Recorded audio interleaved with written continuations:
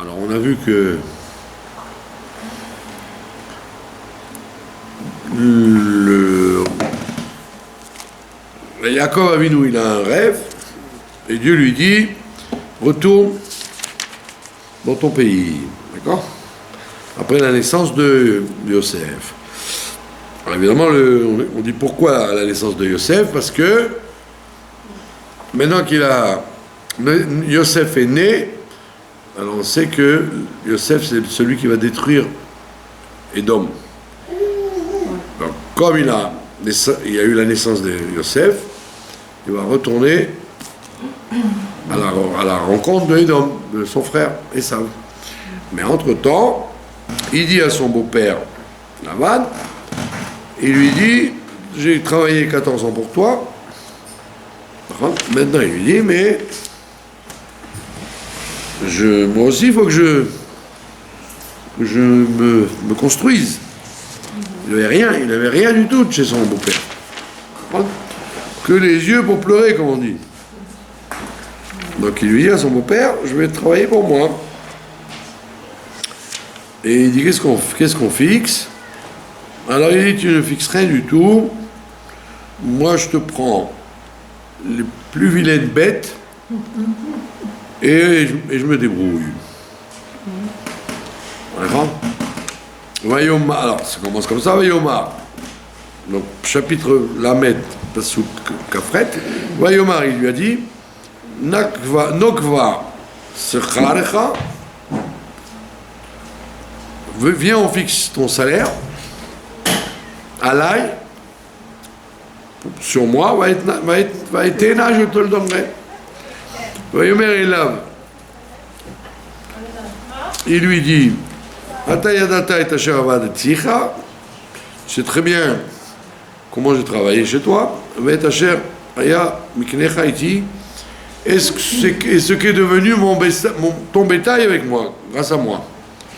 C'est-à-dire quoi? Quand il est arrivé, Lavan était fauché complètement. Il y avait quelques bêtes. La preuve, c'est Rachel qui les emmenait boire. Donc une petite fille, elle ne va pas amener un troupeau de milliers de bêtes. Donc ça devait être quelques bestioles, des petits agneaux par-ci et par-là. Et maintenant, il dit, regarde, j'ai devenu très riche grâce à moi. Comme il y a écrit dans le Midrash que là où le tzaddik y va,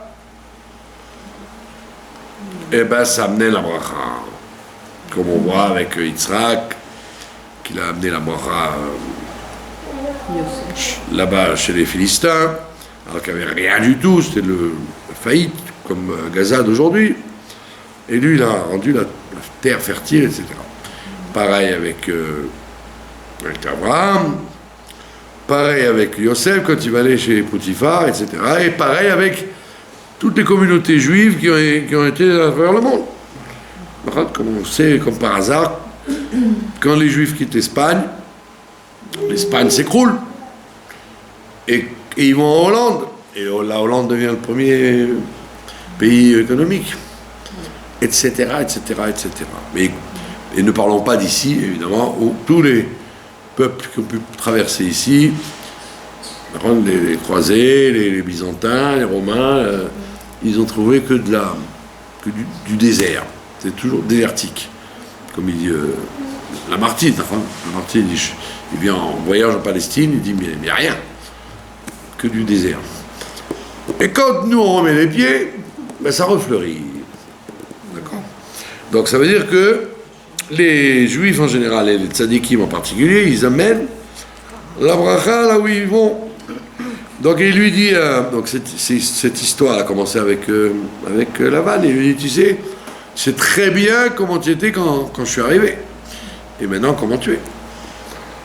Qui? Mea tasher ayalecha lefanai. Il y avait très très peu à toi, lefanai avant moi. Vaifrotz larov, et ça a éclaté. L'abondance a éclaté. Vayevarech Hashem otra leragli, et l'Éternel t'a béni leragli à cause de moi, à cause de mon pied. Et à présent, Matai ese kavanochi leveki, Et maintenant, comme toi tu t'es enrichi grâce à moi, ben, il faudrait aussi que je pense à moi. Et le Midrash, il dit, mon Réhouven et Shimon, ils me disent on va se marier bientôt, on n'a rien. Donc il faut que tu penses à nous.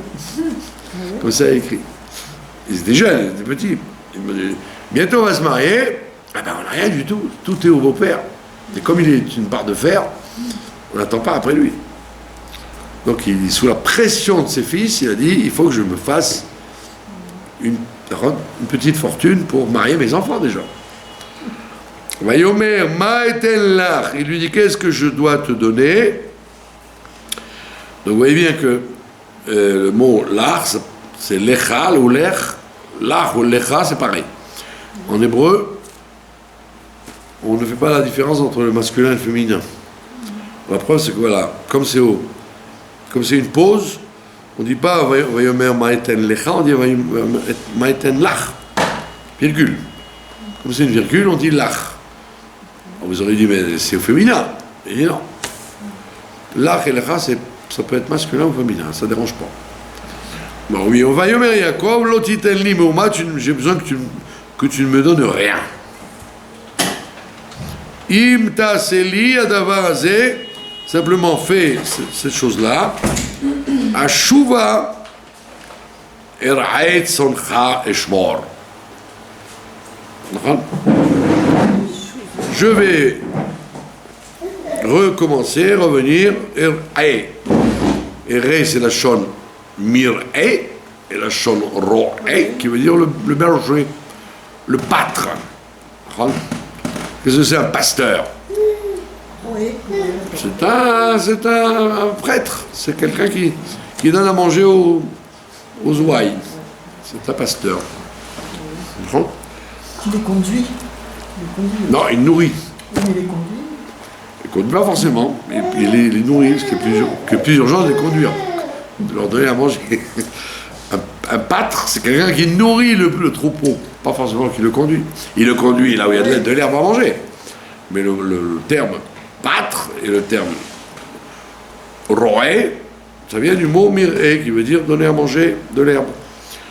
Tzoncha à ton petit bétail, et shmor, que je vais garder. Et vor bechol tzoncha, il lui explique son programme. Je traverserai parmi tout ton bétail, à Yom aujourd'hui, Aser Misham, enlève de là-bas. Les Asir, ça veut dire enlever. Enlève de là-bas, Kol Se Nakod Vetalou, tout agneau, Nakod Vetalou, qui est Nakod, c'est la chaîne Nekuda, qui est ponctué, qui est pointé, pointillé.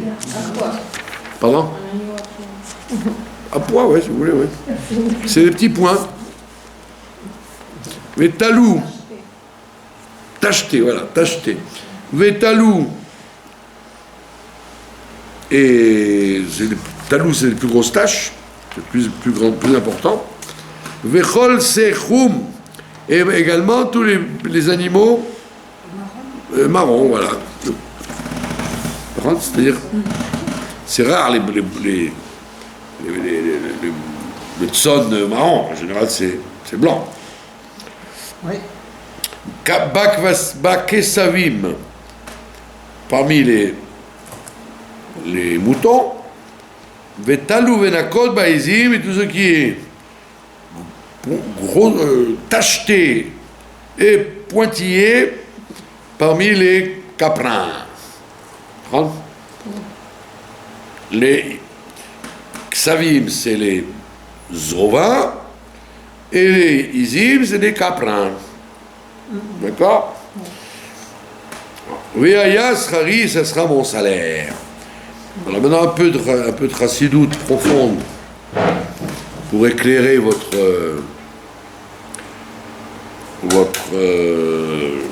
lanterne. Dans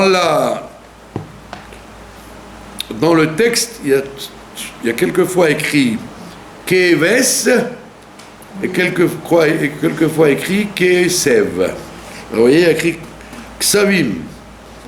Et des fois, il y a écrit Kvasim. Bon, en hébreu moderne, on dit toujours Kvasim. Mais en hébreu biblique, des fois on dit Kesev et des fois on dit Keves. Dans le Pshat, ça n'a aucune différence. Aucune différence, c'est la même chose. Mais la Chassidoute, elle explique différemment. Elle dit que quand vous écrivez Keves, Kaf, Bet, sa mère.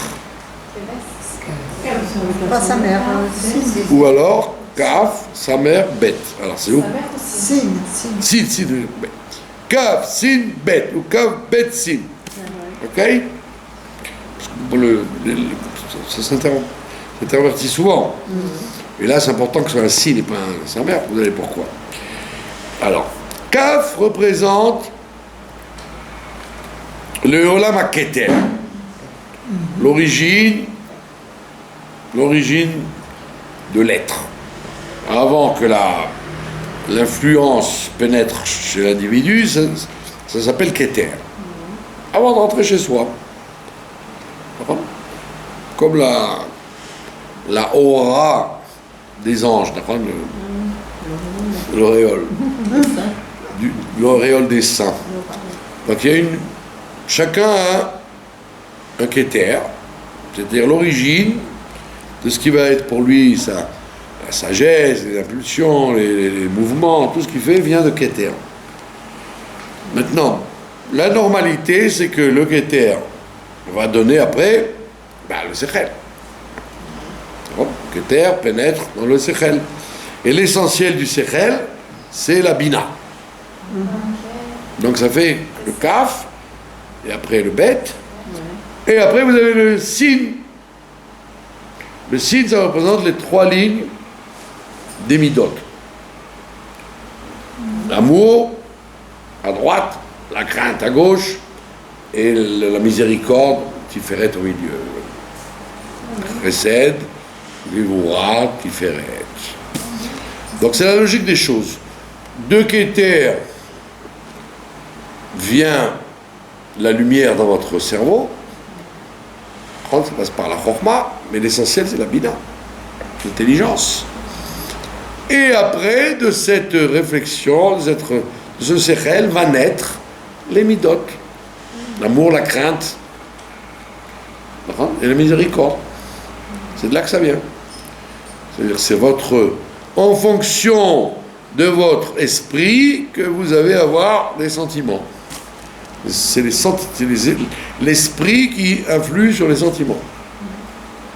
Maintenant, vous avez un autre système qui était au départ, mais d'abord les sentiments et après le Sechel, après l'esprit.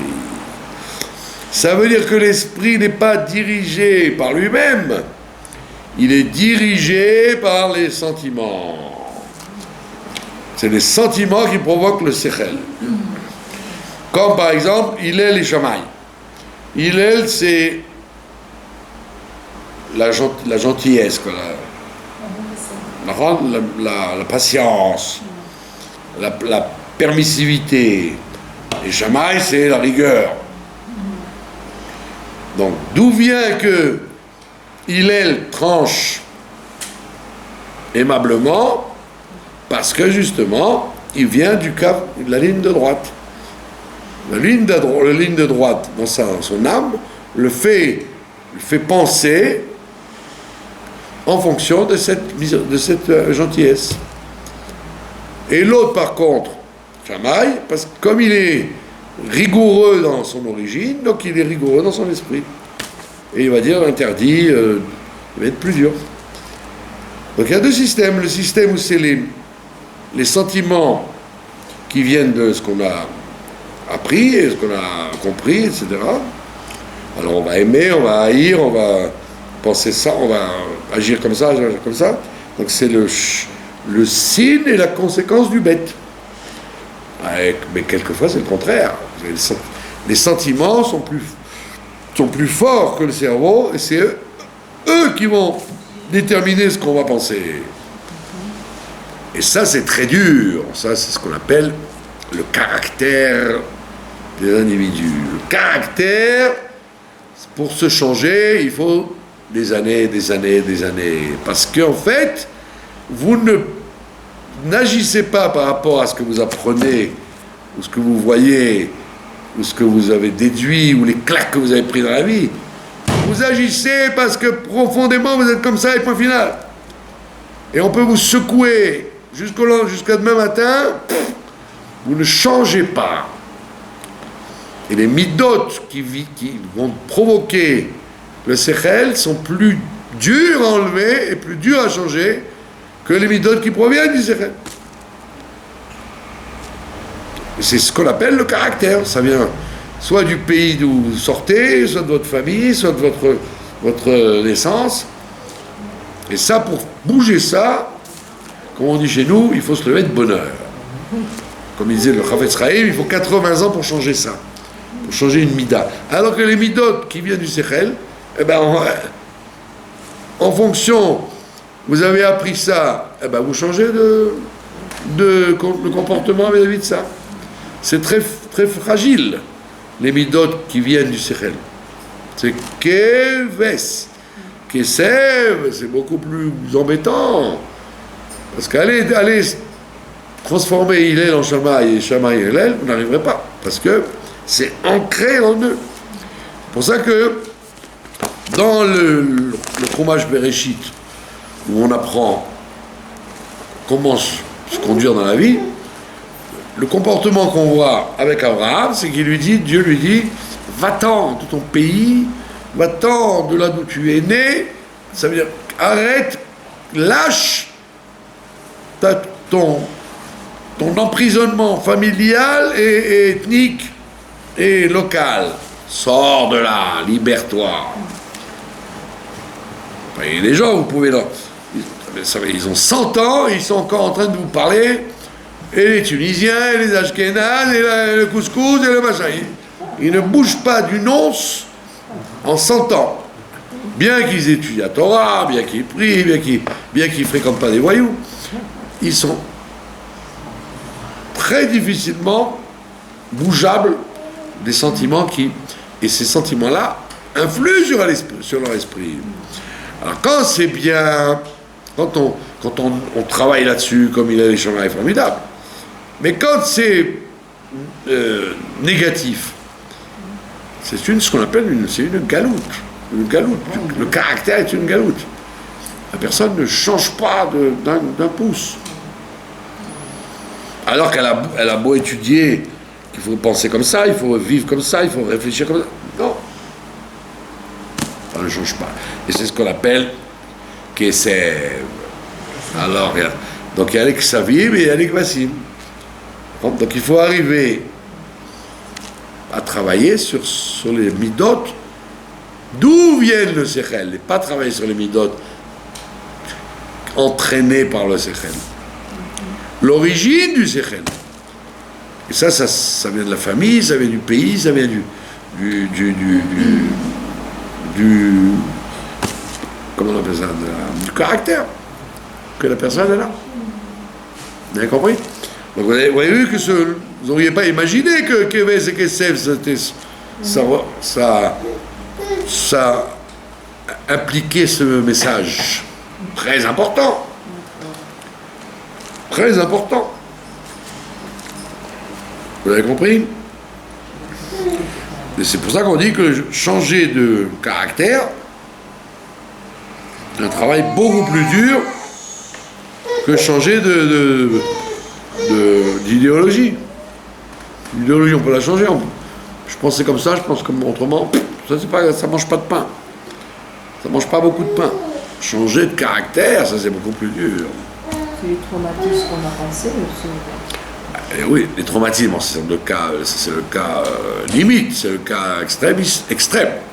Mais sans traumatisme, stable, la famille d'où on vient, le milieu d'où on sort, pas la culture forcément, on parle pas de culture, on parle de midot ancré dans le comportement quotidien. Pardon? Un exemple. Donc, 1000 exemples. oui, un seul, je veux. Donne-moi un seul exemple de ça, un comportement comme ça, quoi.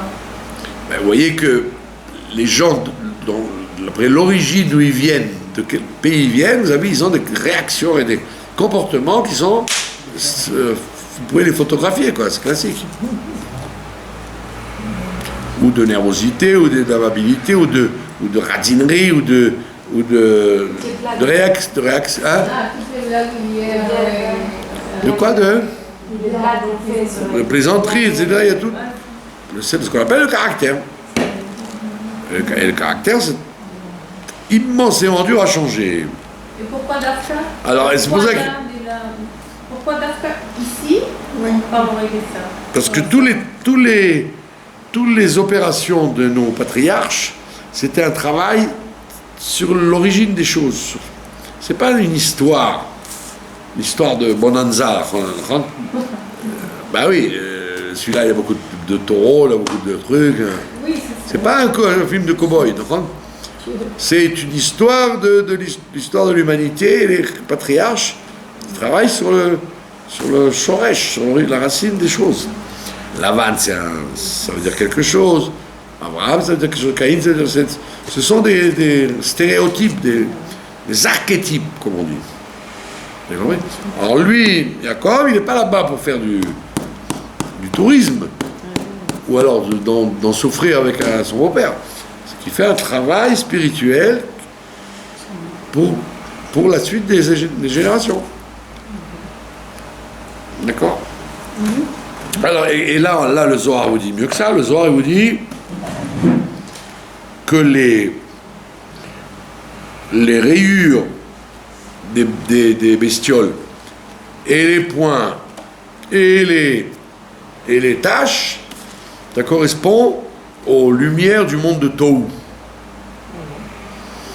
Dans le monde de Tohu, vous avez des lumières. Mais ce n'est pas des lumières en ligne, comme dans le monde de Tikkun. Dans le monde de Tikkun, c'est des lumières en ligne, c'est-à-dire une cause entraîne une conséquence, normale. Là, ce sont des flashs. Les lumières qui sont des flashs. Et ça provoque chez l'individu la volonté de ce qu'on appelle des rigushim, des sensations. Les gens veulent des sensations. Quand vous mangez une pastèque, c'est pour la sensation du piquant, ou du sucre, ou un film, ou de la drogue, ou une boîte de nuit, ou aller chez Rabbi Nachman. Tout ça, c'est pour avoir des sensations. Les gens, ils veulent des flashs émotionnels. Ils veulent satisfaire leur olam hatou dans lequel ils vivent. Alors que la personne de Tikkun, la personne qui vit dans Tikkun, elle ne cherche pas les sensations, elle cherche la transformation de sa sensibilité, de ses sentiments. Ce sont des lignes. Dans Tikkun, ce sont des lignes. Dans Tohu, c'est des flashs. Nekudot. Nakod, Talou, c'est des flashs encore plus grands. Mais Nakud. Vous avez compris? Donc c'est un travail donc il a essayé, il a pas essayé, il a travaillé dans le monde de Tohu, qui est le monde spirituel de Lavan, où se véhicule Lavan. Donc c'est pour ça qu'il a besoin de faire cet exercice, de lui dire, enlève-moi tout ce qui est Nakud, parce que moi je suis là pour travailler ça.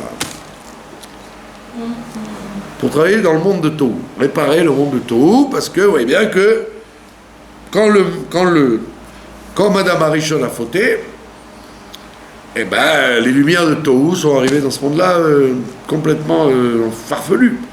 Caïn qui tue Abel, c'est une énergie tellement forte qu'il ne peut pas gérer son frère, il le tue. Pourquoi le monde il vit comme ça? Tué, agressé, parce qu'on est dans le monde de Tohu. Dans le monde de Tikkun, on est calme, on prend son temps, on répare lentement les choses. Vous avez compris? Ve'aya Srari, il dit, ce sera mon salaire. Mon salaire, ce sera justement que tu me donnes tout ce qui est chez toi Acheter. apparenté au monde de Tohu. Alors, comme les patriarches n'avaient pas les mitzvot, nous on a les mitzvot. Donc, avec les mitzvot, les objets que on nous donne pour faire les mitzvot, de la matzah pendant la Pessah, les korbanot qu'on mangeait, les objets qui servent à faire les mitzvot, on manipule les mêmes notions que Abraham, Yitzhak, Yaakov, qui étaient les kabbalistes. On fait la même chose, bien qu'on ne comprenne rien à ce qu'on fait. Eux, ils comprenaient? Ah ben oui, il faisait comme Rabbi Shimon dans la caverne, il faisait tout du travail spirituel. Alors que nous, on fait un travail spirituel beaucoup plus fort qu'eux, mais on ne comprend rien à ce qu'on fait. Absolument. Comme il disait Platon, c'est le mythe de la caverne. Nous voyons des ombres. Oui, on est- Alors que eux, ils ne voyaient pas les ombres, ils faisaient les choses elles-mêmes, mais ils n'avaient pas le mérite d'avoir les mitzvot pour le faire. Travailler avec des objets naturels qu'ils utilisaient. Si à l'époque, il y a tout ce que Non, s'ils avaient reçu la Torah, ils auraient su. On met les tefilines, on secoue le loulav, on allume le bougie de Hanouka, ils auraient su. Nous, on ne sait rien, mais on peut tout. Alors qu'eux, ils savaient tout, mais ils ne pouvaient rien. Vous voyez, donc c'est pour ça qu'on devrait sauter de joie à chaque instant de pouvoir faire ça. Seulement, comme on est aveugle, il n'y a que quand on est mort qu'on vous montre ce que vous avez raté. Quand on est sur Terre, on a l'impression du contraire, qu'on est des idiots, on perd notre temps. On perd notre temps à la synagogue et tu es à la Torah à faire des filotes alors que il se passe tellement de choses dans les boîtes de nuit et dans les Woodstock et 20 000 watts de bruit avec tout le monde a le sentiment qu'il se dit mais je perds mon temps ça. Alors que là-bas ça bouge tellement à Wall Street ou à Woodstock. Donc, celui qui est intelligent, eh ben, il dit c'est quand tu fais des mitzvot que tu agis sur l'éternel. Vous avez compris? Et voilà, donc c'est pas pachou du tout d'être un vivant parce que les vivants sont aveugles. Et les morts, ils peuvent plus rien faire, mais ils voient tout, mais ils peuvent plus rien faire. C'est embêtant. Alors que nous pouvons tout faire, mais nous ne voyons rien. Donc on se refroidit, quoi. Ça va, j'en ai fait assez aujourd'hui. Vous avez compris? Comme il disait le Gaon de Vilna, pour quelques pièces, tu peux acheter un talit katan qui vaut des milliards de l'autre côté.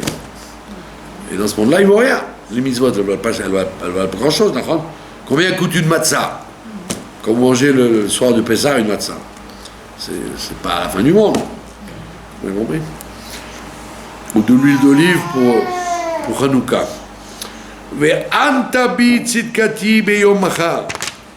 Il dit mon esprit de justice me répondra pour moi, il va m'aider Beyom Machar pour demain. Alors évidemment le Midrash s'interroge qu'est-ce qu'il dit, qu'est-ce qu'il essaie de dire par là. Alors il a prophétisé, Yaakov a prophétisé que sa fille Dina allait mal tourner avec Shrem, le fils de Hamor. Il a prophétisé qu'elle allait mal tourner, et donc il a dit ça, depuis maintenant, je souhaite que ça se passe bien. Il avait entrevu qu'il allait avoir un problème avec Dina et Shrem. Midrash dit ça. Mais Yom Machar, demain, c'est quand demain? C'est quand il va rentrer, dans 6 ans il rentre, et juste après elle se fait conquérir par le père Shrem. D'accord? La raison d'ailleurs, c'est parce qu'il a pas voulu il a fermé la porte, on dit qu'il l'a enfermé dans une boîte. Il l'a enfermé dans une boîte pour pas qu'Esav la voie. Donc elle ne pouvait pas sortir de la boîte. Et on dit si Esav l'avait vue, il aurait été amoureux d'elle, sa nièce. Et il aurait dit à Yaakov, donne-la moi pour femme. Et Yaakov, il ne voulait pas. Il a dit non, mais je ne suis pas fou, donnez ma fille à Esav. On dit que s'il avait donné sa fille à Esav, elle aurait changé, tellement elle était d'un caractère fort. Elle aurait changé le Esav. Et comme il a fermé la boîte, c'est pas qu'il a enfermé dans la boîte. Il a mise dans la boîte et il a fermé, il a mis un cadenas. Donc même si elle voulait, elle, sortir pour dire mais papa, laisse-moi décider, si j'ai envie de le voir, mon tonton, peut-être. Et donc, comme il a refusé l'éventualité que Esav fasse tchouva grâce à sa fille, le bon Dieu, il a dit tu te crois plus malin que la vie, et bien elle va tomber sur un drôle de mec. Parce qu'Esav encore, il est ton frère. Le fils de Rivka et de Yitzhak. Donc il a, au fond de lui, il a un caractère qui peut jouer dans la Kedusha. L'autre, c'est un Cananéen avec des midotes pourries et elle va tomber avec lui. Elle va être amoureuse de lui, pas Stam, comme on croit, il l'a violé. Il n'a pas violé, il l'a séduite. Ah bon? Et donc ça la fout mal. Donc on voit bien que quand tu fais le malin, on t'envoie du pire. Je croyais qu'il l'avait violée. Il a violé. C'est ce que qu'on dit. Au début, elle dit oui, puis après, elle dit il m'a violé. On connaît la chanson. Ah bah non, quand même. C'est rare les viols. En général, des consentements. Il y a écrit qu'il a fait souffrir. Il n'a pas dit qu'il a violé. Il a fait souffrir. Ben oui, il a séduite. Et c'est pour ça qu'après, ils ont rasé la ville. Ils ont dit c'est honteux. C'est honteux. Mais ils n'ont pas dit c'est honteux vis-à-vis d'elle. C'est vis-à-vis de la famille. Comme ils disent les Arabes, c'était le kavod amishpacha. Quand les Arabes ils tuent les filles dans le village, l'honneur de la famille. Quelle a été la marchava de Yaakov? Pardon? Quelle a été la marchava? Pourquoi il a fait ça en fait? Ben, vous auriez donné votre enfant à quelqu'un comme Esav. Tout homme normal, il aurait dit il n'est pas question que tu le. Il connaissait trop bien son frère. Mais malheureusement, pas malheureusement, il se trouve que des fois on ne choisit pas et il y a des gens qui peuvent faire le tikkun des grands méchants et elle avait la force. Mais vous avez dit que Yaakov avait eu cette vision qu'elle allait tomber, elle n'allait pas prendre un branchement ou quelque chose comme ça. Comment il n'a pas été capable, avant de l'enfermer, de voir que s'il enfermait sa fille, il interdisant son frère. C'est pas parce qu'on a. Attendez. Vous êtes formidable, mais c'est pas parce qu'on a une vision. Non, les visions ne veulent pas dire que c'est obligé que ça se passe. Vous avez compris? Mais c'est Yaakov. Ben, on sait bien que c'est Yaakov, sinon il n'y aurait même pas de vision. Ça veut dire que dans la vision, il y a cette opportunité, mais c'est pas obligé que ça se passe. Dans le cas où ça se passerait, il a pensé de prier. Dans la vie, il y a plusieurs options qui s'ouvrent. C'est pas obligé que ça se passe. Vous avez compris? C'est pas inéluctable. Dans le cas où, alors voilà, qu'est-ce qu'il aurait réfléchi. Kitavo al-Srari lefanecha. Et donc, ça va passer, mon salaire va passer devant toi. Kol asher einenu. Tout ce qui n'est pas comment vous avez dit, pointillé, t'as acheté, voilà. T'as acheté. Alors, la coûte, c'est moins que t'as acheté, c'est pointillé. Talou, c'est acheté. Baïzim, dans les chèvres. Vechum Bakvasim, Baksavim. Et de couleur marron dans les agneaux. Ganou, vous, il dit, il aura été volé. Alors, le Midrash nous dit une chose intéressante. Il nous dit que les anges, dans la nuit, ils allaient prendre le bétail, le beau bétail de Esav, et ils le mettaient dans le bétail de Lavan, de Yaakov. Lavan, ça passait chez Yaakov. Toute la nuit, il y avait des échanges. Et d'autres disent que c'était carrément des nuées, un année kavod. Des nuées kavod qui prenaient le troupeau de Esav, de Lavan, et qui l'amenaient chez Yaakov. Et comme lui, il ne pouvait rien faire, il savait que c'était prodigieux, quoi. Bon. Et alors le Midrash, il dit une chose extraordinaire. Il vous dit,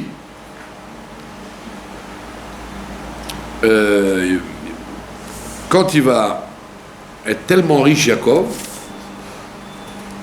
il va devenir immensément riche. Le Midrash, il dit, c'est à l'image du monde futur. Dans le monde futur, tous les Bnei Israël seront immensément riches. Et il dit, évaluons la richesse de Yaakov. Il dit, Yaakov, il avait 600 000 chiens. Chien. Ouais. Alors, à quoi ça sert les chiens? Pardon? Qu'est-ce qu'on fait avec un chien? C'est un chien à troupeau, voilà. Chaque troupeau, c'est pas des taureaux, c'est des agneaux. Il y a des chiens, des gros chiens, ils servent de... Ils sont des... C'est pas pour rien qu'on les appelle les bergers allemands. Ils gardent les troupeaux. Avec un chien, vous le laissez garder le troupeau, dès qu'il y a un agneau qui s'en va, il le rapatrie pour qu'il ne s'éloigne pas. Et il avait 600 000 chiens. Ça veut dire qu'il avait 600 000 troupeaux. Donc il avait besoin de ces chiens pour garder les troupeaux. Donc vous voyez un peu comment il s'est enrichi. Et malgré tout, quand il va rentrer en Eretz Israël, il va laisser tout ça à Esav, parce qu'il dit, les biens que j'ai gagnés en Chutz Laaretz, il n'y a pas de bracha dessus. Donc ça veut dire qu'il s'est enrichi encore plus quand il est rentré en Eretz Israël. Hein? Ça veut dire, si vous êtes milliardaire à New York, quand vous arrivez ici, vous devez être multimilliardaire. Ce qui n'est pas tout le temps comme ça. On regarde pendant la galoute, c'est comme ça. Vayomer Lavan, hen. Lavan, il a dit, ok, hen, ça veut dire oui. Hen, ça veut dire iné, c'est bon. Lou yehi chidvarecha. Il a dit, oh, si ça pouvait être comme tu dis. Comme il dit Rashi, Alvaï. Lou, ça veut dire Alvaï. Alvaï, que ce soit comme tu l'as dit. Effectivement, c'était comme il a dit. Vayasa, Bayomao. Ce jour-là, il a enlevé et Tateyashim, les. C'est quoi Taïch? C'est un bouc. Le bélier, il a une tête triangulaire et il a des cornes comme ça. Et avec qui il est marié le bélier? Avec la brebis. Non. Avec une... Le bélier est marié avec la brebis. Ne dites pas non, sinon vous prenez des coups. Vous savez très bien que jamais contredire. Je ne suis pas gâteux, donc c'est vous qui vous trompez. Le bouc, il a des cornes comme ça. Le bélier, pardon, il a des cornes comme ça. Il a des cornes comme ça. Et un visage triangulaire. Et il est marié avec la brebis. Voilà. Je vous l'ai dit tout à l'heure, ce sont les ovins. Les ovins. Bélier, chèvre, agneau, agnelle. Ouais. Et vous êtes des ignorants crasses, c'est pas de ma faute. Bélier, chèvre, non, bélier, brebis, agneau, agnelle. De l'autre côté, vous avez les caprins. Les caprins, chèvre, c'est Èze, c'est la femme. Et comment ils appellent le mari de la chèvre? Le taïch, le bouc. Et ils ont des cornes comme ça, et pas comme ça. Des cornes comme ça. Et ils ont un bouc. Ils ont une barbichette comme ça. Et ils sont mariés, donc c'est le taïch. Il est marié avec la chèvre. On voit que vous avez vécu dans le béton, hein. Et leurs enfants, c'est les chevrons et la chevrette, voilà, bravo. Le guédi. Donc, et ça, on les appelle les caprins, bravo. Donc il a pris si vous demandez à pratiquement tout le monde s'embrouille, parce qu'ils n'en ont jamais vu de leur vie, même aux zoos. Donc vous êtes excusable. Mais quand vous lisez le Tanakh, on rencontre toujours ces animaux, il faut savoir qui c'est quoi. Donc il a pris les boucs à Teyashim, à Akoudim, Vatlouim, qui étaient mouchetés et tachetés, Vet Kol Haïzim, et toutes les chèvres. Ouais, Izim, c'est les femelles. Bien qu'on les mette au masculin. On ne dit pas les isotes. On dit Izim, c'est des chèvres.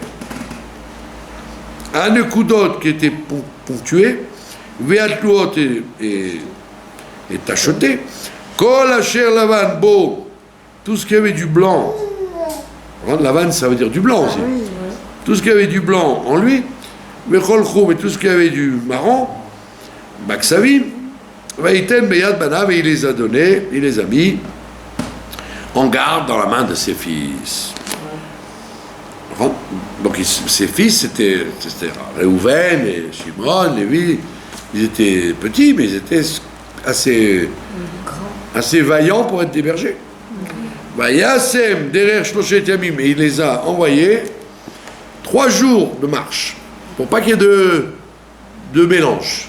3 jours de marche, on risque pas de rendre des petits agneaux, ils peuvent pas marcher 3 jours en se perdant, c'est pas possible. Donc 3 jours, c'était vraiment la distance la plus forte pour être sûr de pas qu'il n'y ait pas de mélange et que l'autre ne vienne pas lui dire ah, tu m'as appris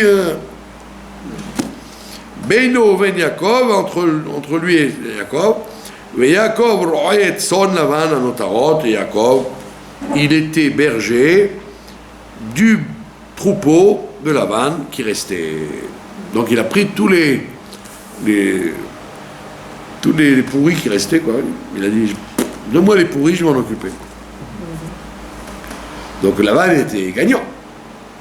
Et comme je vous ai dit, il y a eu un miracle. Dans la nuit, les anges transportaient les beaux agneaux de Lavan chez Yaakov. Maïkarlo Yaakov Makal. Yaakov, il a pris, regardez bien ce qu'il a fait, c'est un trick génétique. Il a pris Makal, Makal c'est Makel, un bâton, livné, comme il dit Rashi, livné c'est un arbre, on appelle le tremble.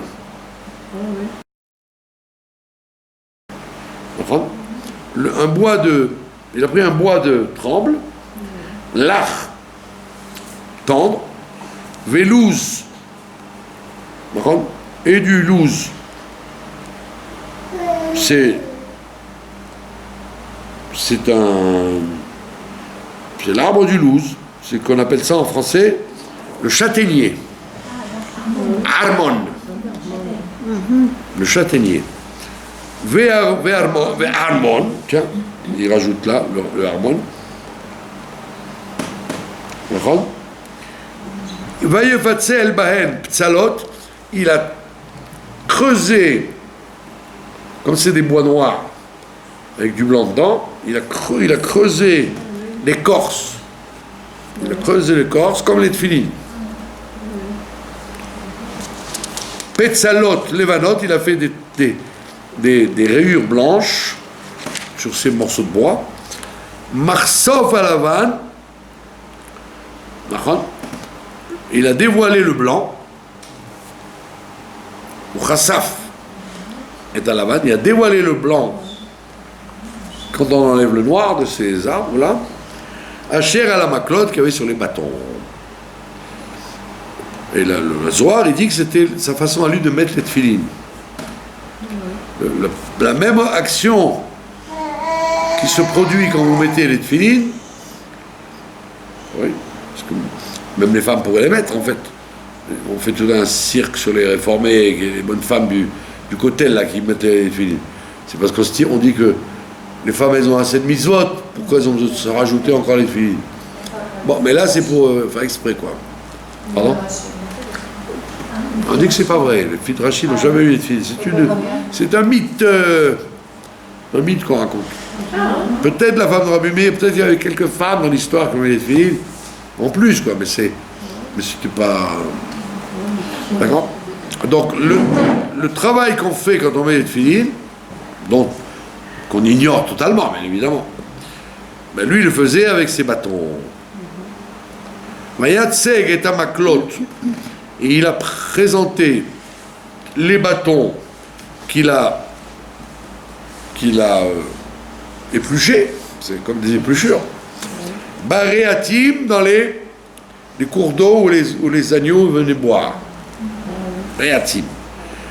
Bishikatot amaim dans les abreuvoirs d'eau.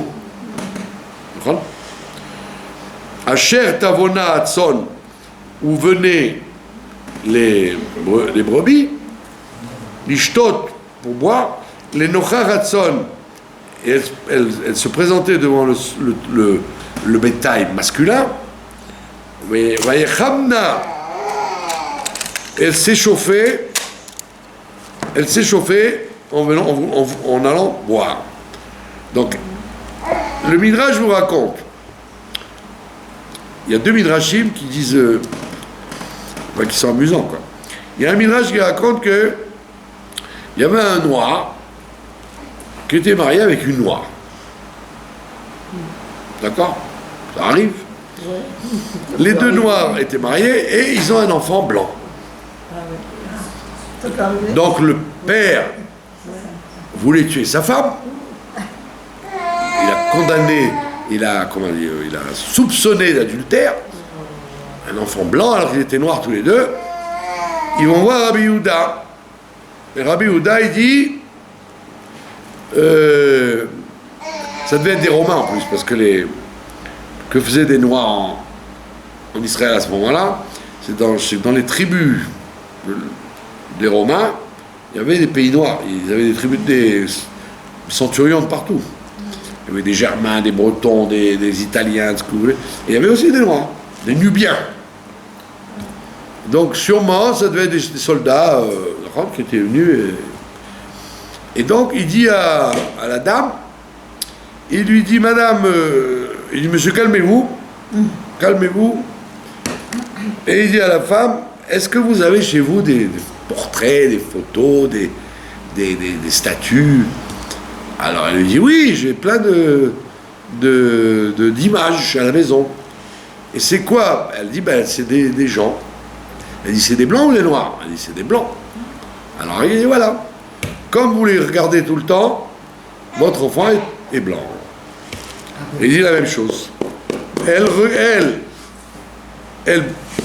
regardait ses bâtons en buvant. Cette eau se transformait en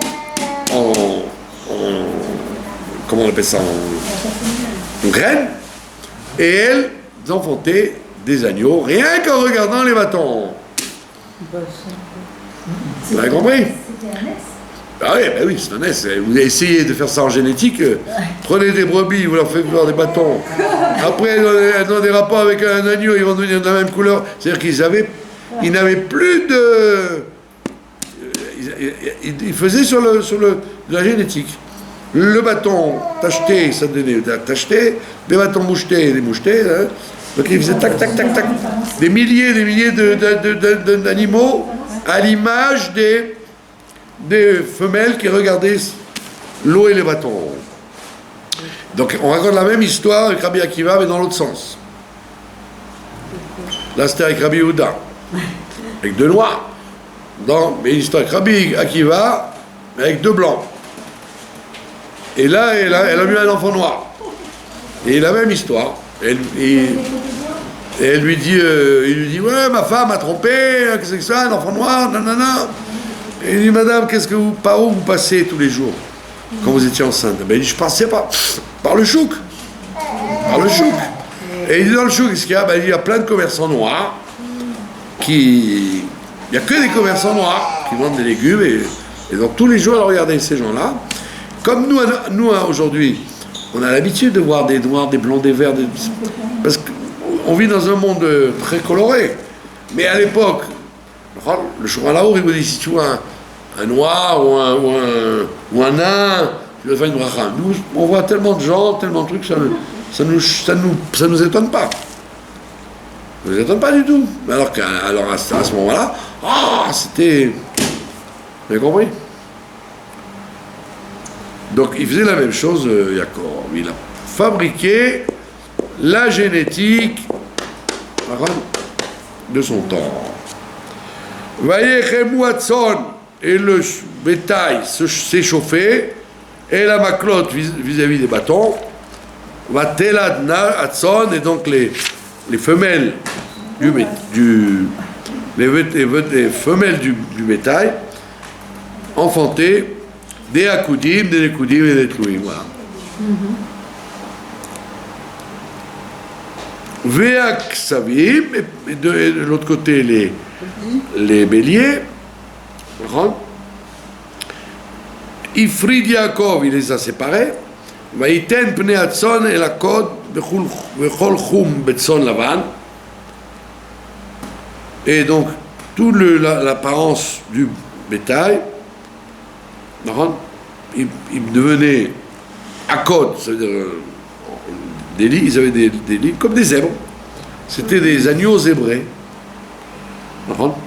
Bechol chum betzon lavan, et tout ce qui était marron dans le troupeau de Lavan.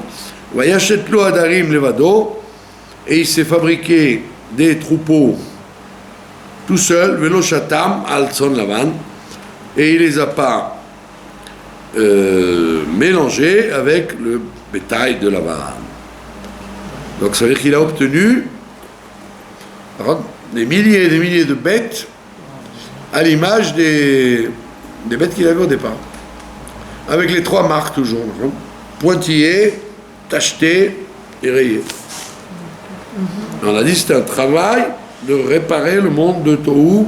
C'est la même chose que ce qu'on fait quand on met les tefilines. C'est un secret, les tefilines. Personne n'aurait imaginé ça. Vous auriez dit comment attirer les 4 cerveaux dans le cerveau humain. Il y a 3 cerveaux chez l'homme, les 3 mochin, comme un ségol, quand vu d'avion.